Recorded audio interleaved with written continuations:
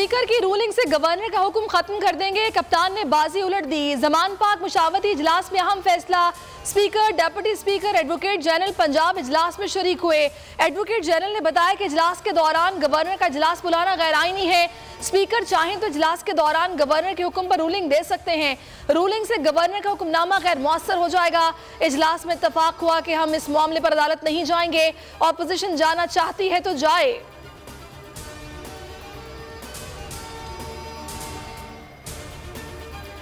पहले तहरीक अदम एतमाद लेनी है या तहरीक एतमाद, ये स्पीकर का इख्तियार है। कानूनी माहिरीन से मुशावरत के बाद फवाद चौधरी की गुफ्तगू, कहा परवेज इलाही एतमाद का वोट लेंगे। तहरीक अदम एतमाद नाकाम होगी, तहरीक की नाकामी के बाद असेंबली तहलील हो जाएगी। मुसर्रत जमशेद चीमा ने कहा कि इमरान खान अहम फैसलों के फौरी बाद ऑडियोज और वीडियोज लीक होने लगती हैं। झूठे प्रोपेगेंडे का जवाब अवाम वोट से देंगे। पीडीएम के वार पर स्पीकर पंजाब असेंबली का जवाबी वार।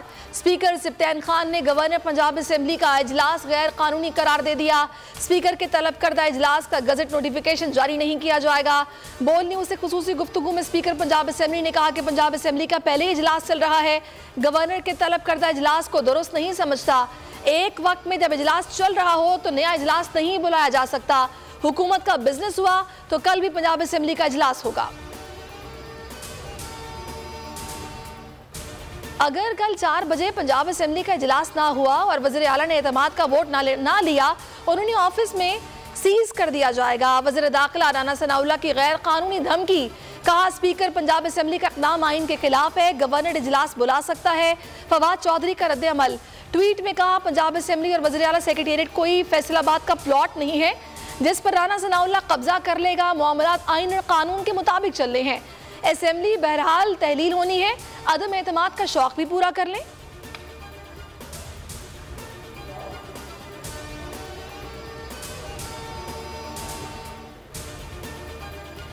पंजाब असेंबली तोड़ने से मुतालिक हिकमत अमली तय कर ली। इमरान खान से मुलाकात के बाद मोनिस इलाही का ट्वीट, कहा पीडीएम जितनी मर्जी कोशिश कर ले जल्दी इलेक्शन को नहीं रोक सकती।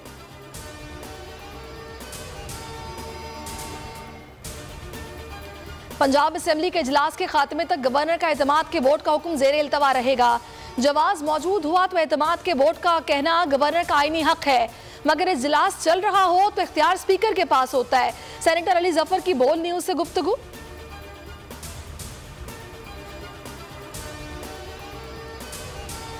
कप्तान की आवाज पर लब्बैक, अरकान कौमी असेंबली इस्तीफे पेश करने के लिए तैयार। तहरीक इंसाफ के 123 अरकान का जुमेरात को स्पीकर कौमी असेंबली के सामने पेश होने का फैसला। स्पीकर राजा परवेज अशरफ के रूबरू मुस्ताफी होने की तस्दीक करेंगे। वफ्द शाह महमूद कुरैशी की सरबराही में पेश होगा। इमरान खान के तमाम अरकान को जुमेरात को केपी हाउस पहुंचने, इज्तिमाई तौर पर पार्लियामेंट जाने की हिदायत।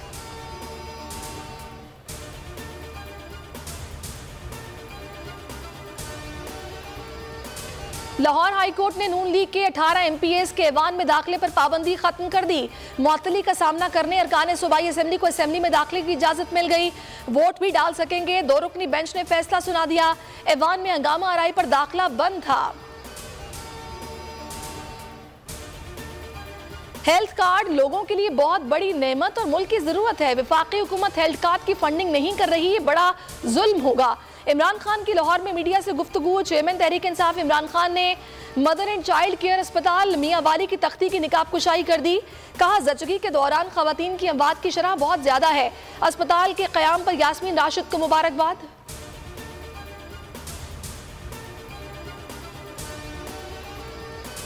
और बन्नू में कंपाउंड से दहशतगर्दों का कब्जा छुड़ाने के लिए कामयाब ऑपरेशन मुकम्मल।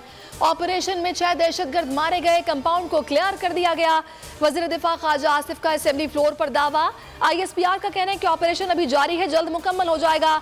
ऑपरेशन मुकम्मल होते ही तफसीलात से आगाह कर देंगे।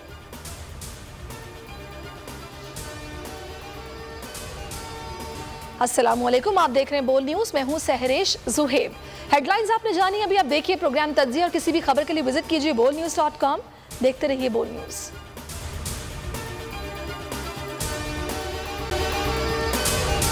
अगर आपको ये वीडियो पसंद आई है तो हमारे चैनल को सब्सक्राइब कीजिए और बेल आइकन पर क्लिक कीजिए। हकीकी आजादी की जंग में बोल भी कप्तान के हमकदम। इलेक्शन कराओ मुल्क बचाओ की लाइव ट्रांसमिशन, दिखाई लम्हा ब लम्हा सूरत हाल। रील और रेटिंग में भी बोल न्यूज रहा नंबर 1। सब्सक्राइब करें और बेल दबाएं ताकि कोई खबर रह न जाए।